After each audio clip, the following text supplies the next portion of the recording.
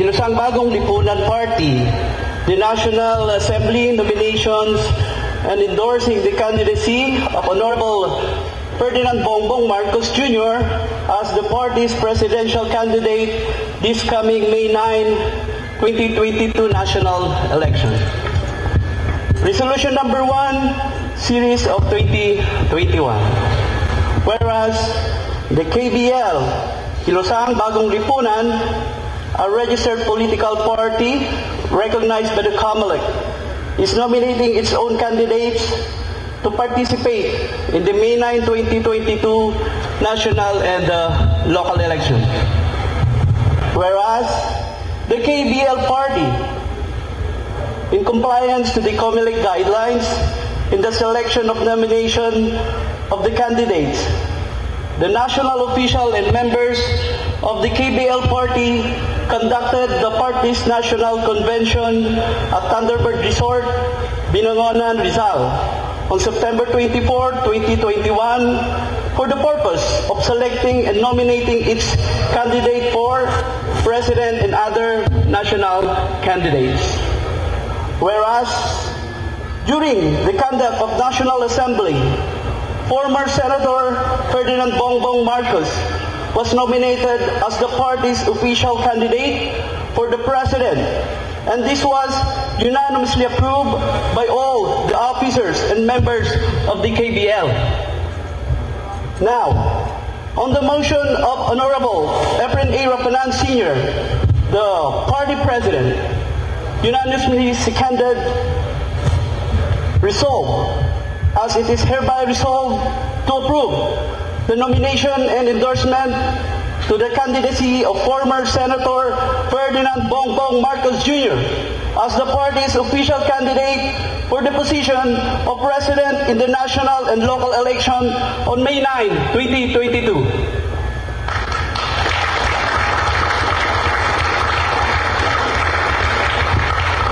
Resolved further to convey to Honorable Bongbong Marcos Jr. the resolution of endorsement and nomination for his acceptance and consideration. Resolved furthermore to nominate Atty.Larry Gadon as one of the senatorial candidates in the KBL lineup.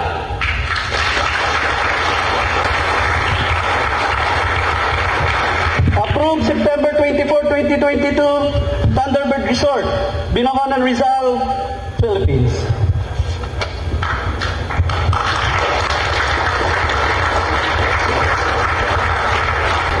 I move for the approval of the resolution, Mr. Chairman.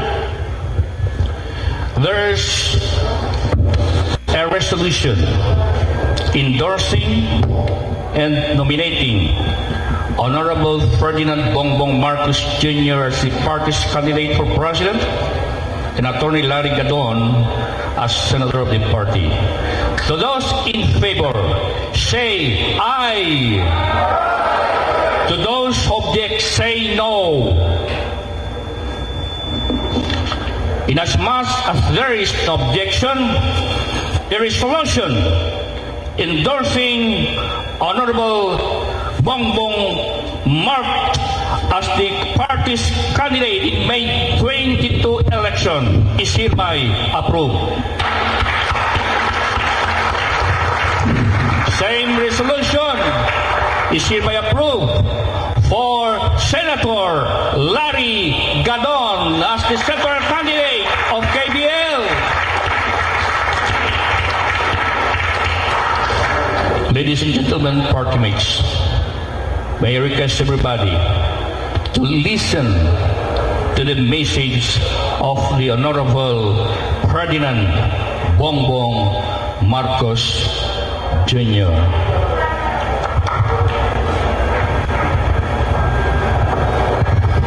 Thank you so much, our Executive Vice President, and to our KBL Party President, Honorable Efren Rapanan.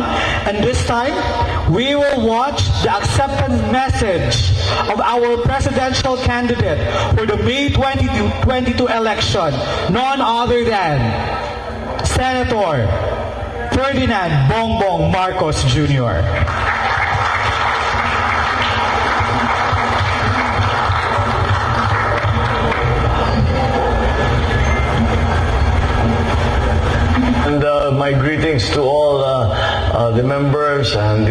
leadership of the Kilusang Bagong Lipunan Party. Of course, we all know that the KBL has been the stalwart party that my father formed in his time in office. And the KBL has had a very clear set of ideologies and aspirations for our country. The vision of our country was very, very clear as it came from my father. And this is what the KBL continues to strive for and continues to work for and continues to exist for, so that we are at least representatives of that vision of my father. And I thank all of you who have been with us all of these years and that have never left the fold of the Kilusang Bagong Lipunan. Thank you for all that. I am, of course, overwhelmed by the expressions of support and endorsement that you have given me today. I hope it is because I have stayed true to the ideals of KBL that as has been handed down from my father's time. I hope to continue to work to achieve that ideal, to achieve that dream, to achieve that vision for our country. The KBL has endured through such hard times, and yet we continue to see the work that KBL has done and the political involvement that KBL continues to have at a very high level. And so I congratulate all of you who have kept the faith and who have kept the fires burning and have reminded our people that these aspirations, these ideals, this vision we have for our country is important. Thank you very much and good morning. Thank you so much, Honorable Ferdinand Bongbong Marcos, for that acceptance message. And this time, to inspire us once again with his motivational and empowering message, let us all welcome on stage our KBL Party National Senatorial Candidate, Atty.Larry Gadon.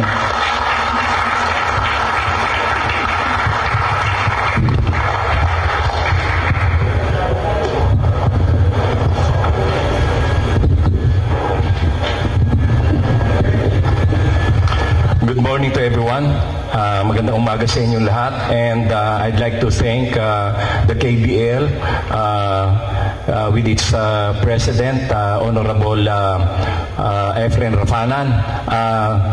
For your information, Honorable Efren Rafanan is a board member of Ilocos Sur.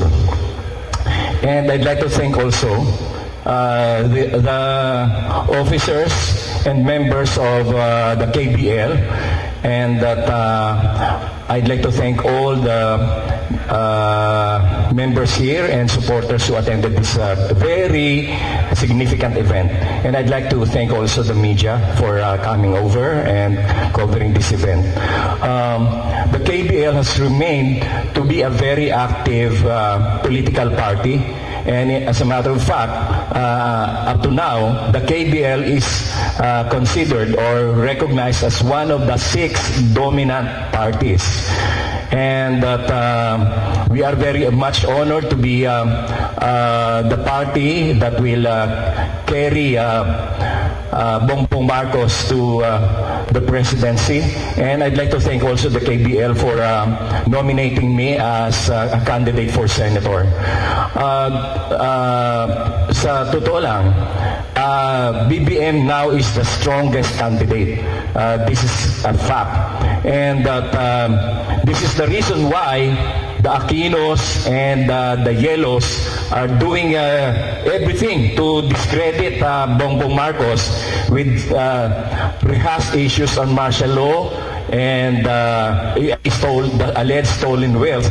But they haven't realized that the Aquino appointed, the Aquino controlled Sandigan Bayan has dismissed all the ill-gotten cases against the Marcoses. Walang kahit isa lumusot, despite the fact that these Sandigan Bayan justices were appointed by the Aquinos, despite the fact that the Sandigan is controlled by the Aquinos, that dismiss lahat ng kaso. This only means that lahat ng sinasabi nilang mga kasinungalingan kay Presidente Marcos at sa pamilya nito ay tawang mga basura. Lahat yan ay propaganda at lahat yan ay kasinungalingan. Kaya ngayon, a lot of people, majority now of the Filipinos have realized that all of these are propaganda, all of these are brainwashing, all of these are indoctrination of the Aquinos and the Yellows. In fact, they have resuscitated their propaganda against the Marcoses by this Ateneo and Martial Law Museum. Nakakatawa ito sapagkat the one who is operating this so-called Ateneo Martial Law Museum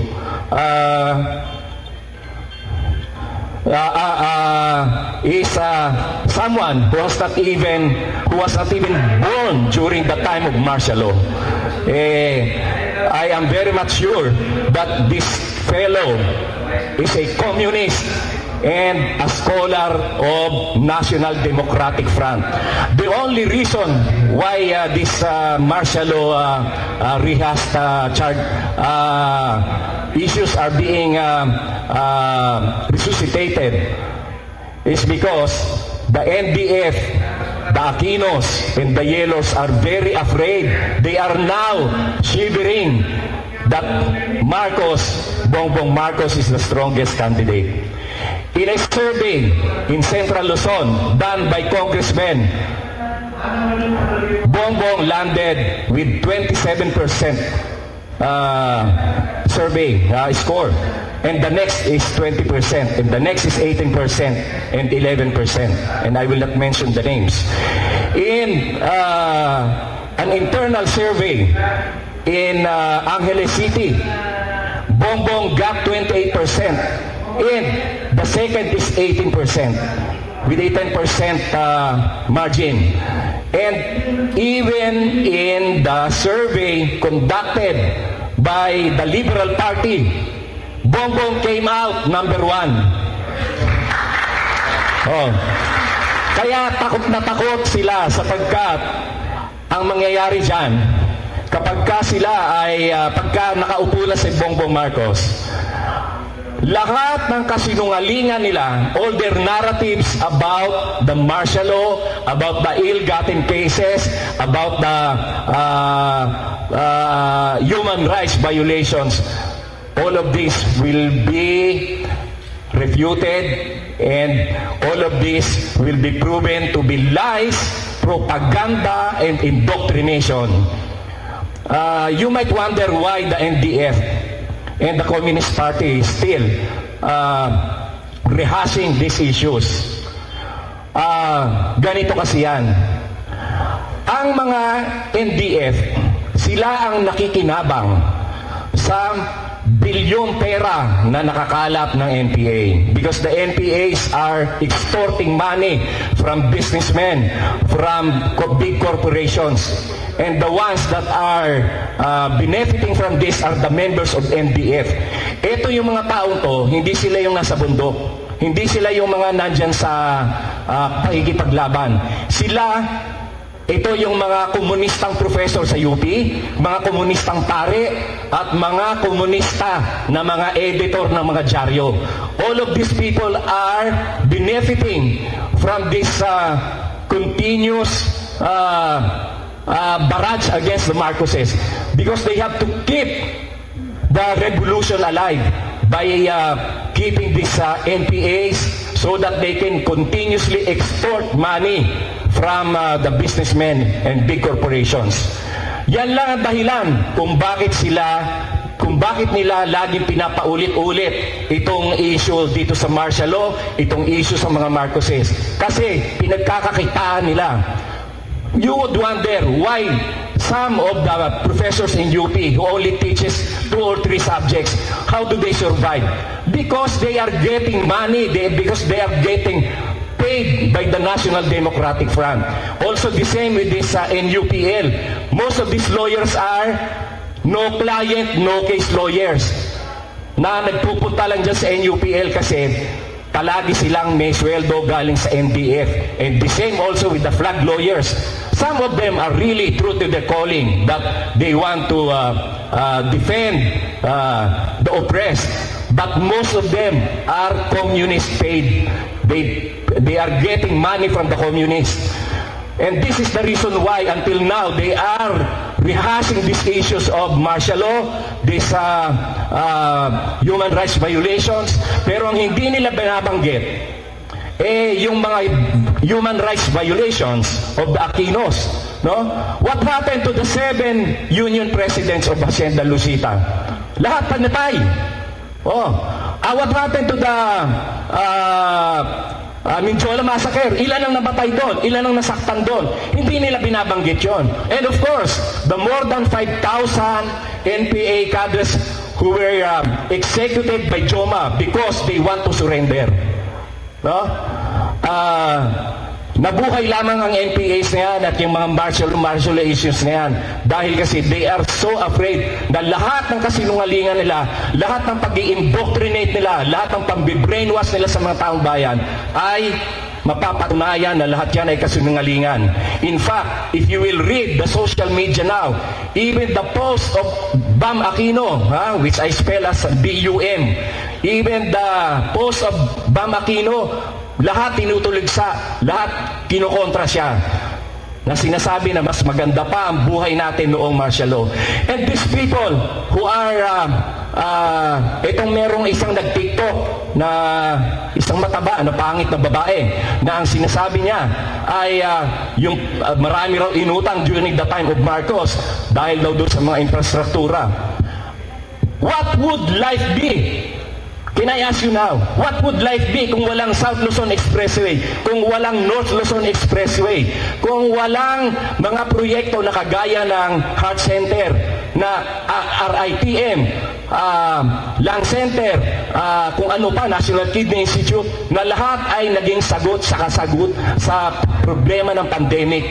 Kung wala yung mga yan, ano buhay natin ngayon? Kung pupunta ka ng Baguio, maglalakad ka? Pupunta ka ng Batangas, maglalakad ka? Ganun ba? Yun kasi ang isip ng mga Aquino. No? If you will notice, lahat ng proyekto ni Marcos doon ay isinantabi. Hindi itinuloy. And that is the reason why we are so lagging behind compared to other Asian countries. Unang-unang nagkaroon ng Pilipinas ng light rail transit, yung LRT-1. At natapos yun noong 1992 at dapat ang lahat ng mga 7 routes of LRT ay dapat ay by 1995 or 1996 ay natapos na. Ano ang naging sanhi niyan? Katakot-takot na traffic. Because Cory Aquino scrapped all the LRT projects. Anong nangyari? Lahat ng tao over the years nagbilihan ng kotse. Wala namang bagong kalsada. So ang nangyari, nagka-traffic. Kasalanan niya ng Aquino administration. Ang Bataan Nuclear Power Plant, kung naituloy yun, 600 megawatts of very cheap source of energy. Kung natuloy yun, di sana hindi nagka-brownout. Sana hindi umalis, hindi nagsipagsara ang mga factories dito, yung mga multinational companies, hindi sana nagsipagsara dito sa Pilipinas. Milyon Pilipino ang nawalan ng trabaho dahil sa mga pulisiya ng mga dilawan, lalo na ni Cory at ni Noynoy Aquino at ni FDR. Ang nangyari dito, naging backward ang pag-unlad ng Pilipinas. Sa halip na tayo ay sumulong papataas, tayo ay naging backward dahil sa mga Aquinos. Kaya ngayon, takot na takot sila na manalo si Bongbong Marcos sapagkat ang pagkapanalo ni Bongbong Marcos ay isang katotohanan na lahat ng mga sinabi ng indoctrination, propaganda at kasinungalingan ng mga Aquino ay mabubunyag. No? Ako ay nagpapasalamat sa nominate sa akin ng KBL. Isang malaking karangalan ito para sa akin at ako ay nangangako na kung ako ay maihalal na senador, ang isa sa unang-una kong gagawin ay magpo-propose ako ng constitutional amendment na ang termino dapat ng senador isa lang. Hindi yung kagaya ni Drilon, 24 years na nasa nasa Senado, nilumot, ginawang negosyo, ginawang hanap buhay ang pagiging senador, no? Marami dyan, 18 years, 16 years.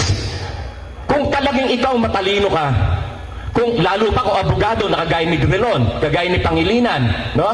Kung talagang matalino kayo, sa loob ng 6 na taon, marami kayong legislation na magagawa na makabuluhan. Naka 24 years ka, nandiyan ka pa rin. Ano na itulong nyo sa bayan? Wala. At papalitan dapat ang Constitution ay magkaroon ng direct foreign investment. Yung 1987 Constitution ni Cory Aquino, it was just a protection of the oligarchs. Protection ng oligarchs lang yan. Dapat kung nagkaroon tayo ng foreign direct investment, dapat ay mas maunlad tayo. Look at Hong Kong. Look at Singapore. Do they mind that foreign investors are on their lands? Hindi. And actually, ang laki ng agwat nila sa atin. Kasi meron, they allow foreign investment. And dapat, ang isa pang pagbabago sa Constitution that I will propose is the one slate of President and Vice President. Dapat ang President at Vice President isang ticket lang. The vote for the President should be a vote also for the Vice President. Para hindi kagaya ng nangyayari dito. Ang Vice President ay bangayan ng bangayan at wala na ginawa kundi siraan yung ginagawa ng administrasyon kasi gustong magpabida. And another legislation that I will propose is the lowering of the electricity or energy. Paano natin pwedeng gawin yan? Sa ngayon, tututulan talaga yan ng mga oligarko. Pero there is a formula for this that everybody will be happy. The citizen will enjoy a lower rate of electricity, and at the same time, the oligarchs will be happy with the return of investment by putting a cap and putting a limit on the revenues that they can get, on the profit that they can get. Ang ayaw lang naman nila, yung total ay tanggalin mo. Pero kung yan, ay bibigyan mo ng magandang compromise yan, we can do it. Eh sa ngayon, ang nangyayari, the Filipinos are the modern slaves. We are the modern slaves for working hard only to pay for the basic utilities like electricity, water, toll gate, gasoline, lahat yan nagmahal, kagagawan ng mga dilaw. Kaya yung pagbabalik sa Malacanang ng isang Marcos ay isang signales na magkakaroon ulit tayo ng magandang buhay. Mabuhay si Bongbong Marcos! Mabuhay ang KBL! Maraming salamat.